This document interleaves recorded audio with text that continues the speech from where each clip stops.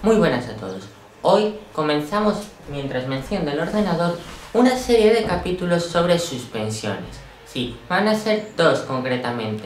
El primero vamos a tratar las geometrías de suspensión, los distintos parámetros que hay que conocer ligeramente para saber de lo que se habla cuando hablamos de suspensión. Y vamos a hablar también de los dos tipos fundamentales de suspensiones delanteras.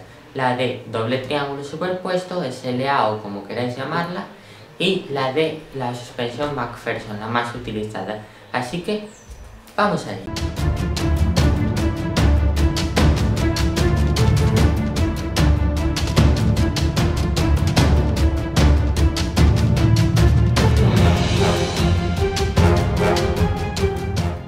A la hora de diseñar un coche, es de vital importancia diseñar con corrección las distintas geometrías de suspensión, por lo que hay que saber para qué está enfocado ese coche y en función de eso saber qué tipo de geometría de suspensión, qué reglajes en la suspensión hay que aplicar a ese coche.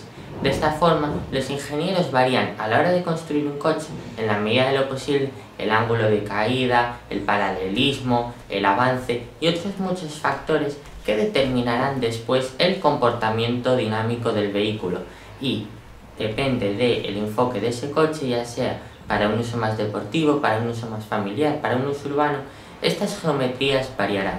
Vamos con la primera, que es el ángulo de avance. Vamos a ello. Bueno, bien, la verdad es que no vamos con el ángulo de avance, vamos a comenzar con el ángulo de caída. Vamos a verlo al ordenador. Bien, aquí como podéis ver tenemos una suerte de dibujo de suspensión McPherson muy simplificada lógicamente. Aquí tenemos la rueda, el brazo inferior, parte de la mangueta y la torre McPherson con el amortiguador y el muelle concéntricos.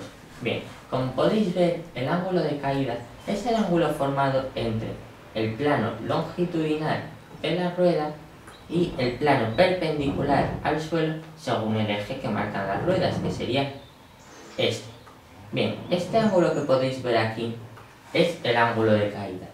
¿Y en qué afecta esto a la conducción? Pues bien, un ángulo de caída fuertemente negativo, es decir, como está aquí la rueda inclinada hacia allá, mejora la maniobrabilidad en curva, pero empeora la estabilidad en recta. Al revés, cuanto más neutro sea el ángulo de caída, mejor comportamiento tendrá el coche en línea recta. ¿Qué pasa? Que en los vehículos de competición el ángulo de caída está continuamente variando, eso es parte de los reglajes que se hacen en cada circuito, por lo cual depende del tipo de circuito y de la cantidad de curvas y rectas que tenga el mismo, este ángulo habrá de ser variado a lo largo de toda la temporada, por ejemplo. Bien, además, un ángulo de caída negativo, como es este caso, cuando tomamos una curva a derechas, ¿vale?, y la fuerza centrífuga nos impulsa hacia la izquierda, esa fuerza hace que el ángulo de caída se neutralice, por lo cual la rueda quedará recta y la huella será lo más grande posible, como podéis ver aquí. Bien, ya hemos visto el ángulo de caída. Ahora el siguiente parámetro será el paralelismo. Bien, esto debido a que es el principal parámetro que se regula a la hora de variar las geometrías de suspensión, muchas veces se han confundido los términos de paralelismo y geometrías de suspensión. Hoy vamos a explicar lo que es más concretamente. Vamos al ordenador. Y si bien no tengo un dibujo hecho, os lo explico rápidamente. Dividamos el plano en dos y veamos aquí la convergencia y aquí la divergencia. Bien, la convergencia, tenemos convergencia en el tren delantero, por ejemplo, de un coche, cuando el plano de las ruedas se nos cruza por delante del tren delantero. Y me explico, esto sería más o menos una convergencia, un eje paralelo, ya que aquí los ejes prolongados de las ruedas nunca se cruzarían. Pero, ¿qué pasa si yo, muy exageradamente, tuerzo las ruedas así?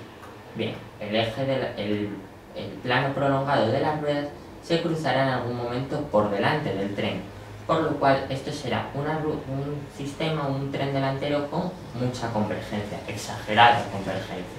Bien, en cambio la divergencia pues es más o menos lo contrario. Tengo divergencia cuando las ruedas se cruzan, el plano extendido de las ruedas se cruza por detrás del eje, no tiene por qué ser del delantero, puede ser del trasero. Y bien, ahora, ¿a qué afectan estos reglajes?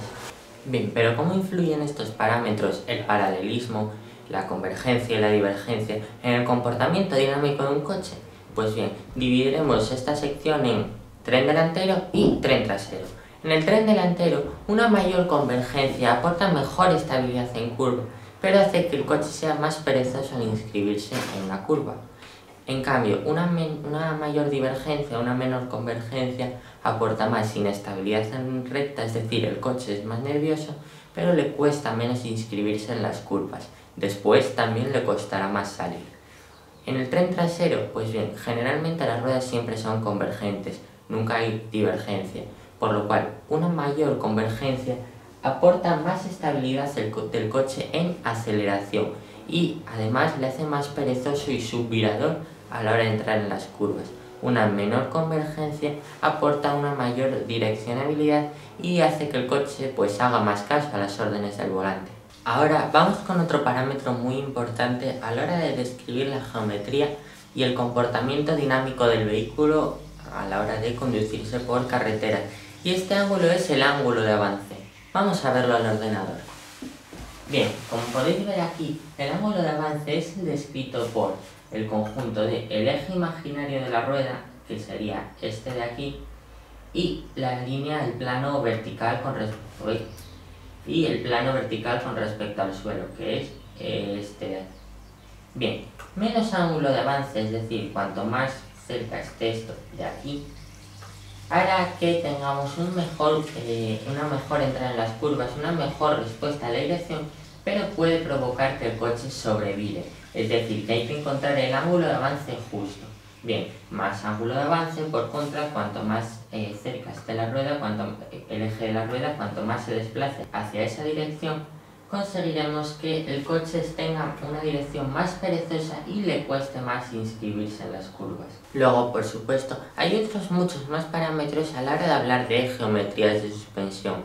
Tenemos el antihundimiento, que regula el asiento del coche tanto en aceleraciones como en frenadas, y otros muchos parámetros que son interesantes conocer, pero que probablemente dejaremos para otro vídeo un pelo más dedicado a estos factores.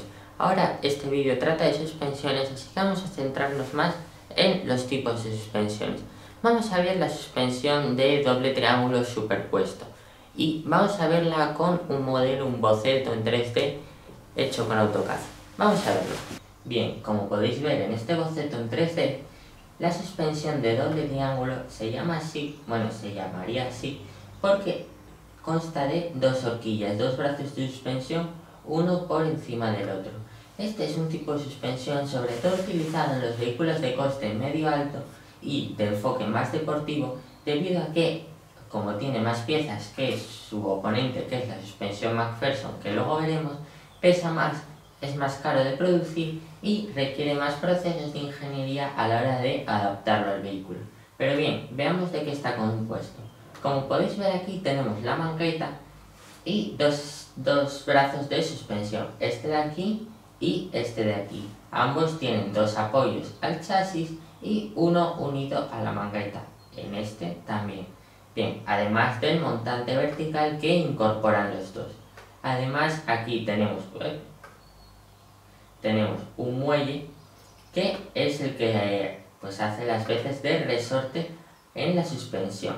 Es un tipo de suspensión perfecta para el tren delantero, ya que, como podéis ver, si nos inclinamos en una curva y tomamos una curva, la propia suspensión, el efecto de la propia suspensión hace que la carrocería se incline y aporta caída negativa a las ruedas interiores y caída positiva a las ruedas interiores, por lo cual así conseguimos que las dos ruedas estén paralelas entre sí y estén tocando toda su superficie en el suelo, mejorando la adherencia. Además, en su recorrido, cuando la rueda asciende y desciende, la caída permanece constante debido a la propia configuración de la suspensión.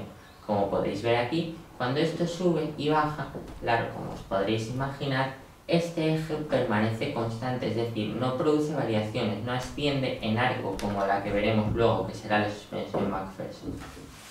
Así que este es este tipo de suspensión, esta es la suspensión de doble triángulo, espero que la hayáis entendido y ahora vamos a ver la suspensión McPherson.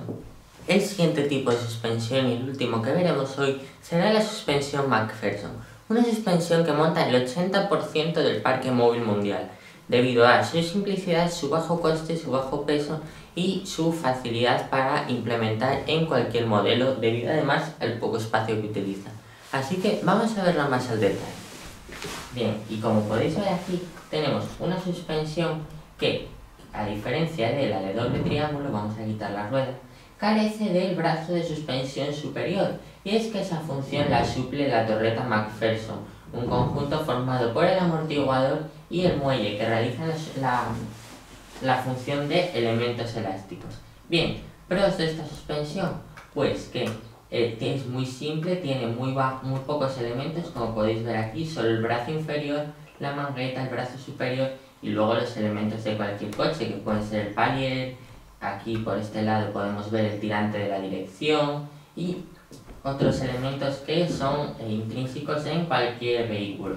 Pero bien, ventajas además, su bajo peso, su bajo espacio, porque como podéis ver es un elemento muy vertical, carece de elementos que se prolonguen hacia el interior del vehículo, por lo cual eso hace más fácil añadir más elementos en el vano motor. Pero como contras, pues bien, como podéis ver aquí, como os podréis imaginar, en el movimiento ascendente y descendente de las ruedas, podemos ver cómo la rueda describiría un arco, por lo cual el ángulo de caída va variando a la hora que la rueda sube y baja.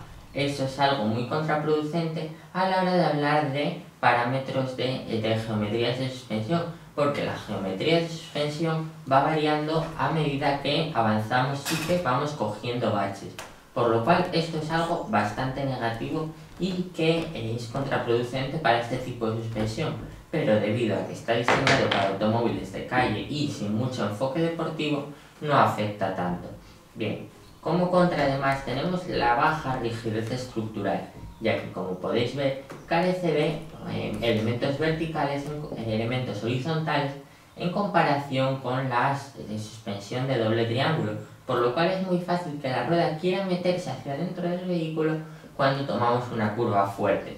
Por eso muchas marcas, sobre todo cuando diseñan vehículos deportivos, han incorporado aquí unos tirantes que dan más estabilidad y unen la torreta con el chasis para aumentar la estabilidad y la rigidez estructural. Bien, otro efecto, otra desventaja de esta suspensión McPherson es que transmite muchas vibraciones al chasis, transmite muchas más vibraciones que la suspensión de doble triángulo, por lo cual es algo negativo que afecta al confort y a la durabilidad de los elementos del chasis, ya que constantes vibraciones pueden hacer que se acorte su vida. Y hasta aquí este vídeo sobre geometrías de suspensión y los tipos de suspensión delantera. Espero que os haya gustado, espero que lo hayáis entendido y solo me queda deciros que hasta el próximo vídeo.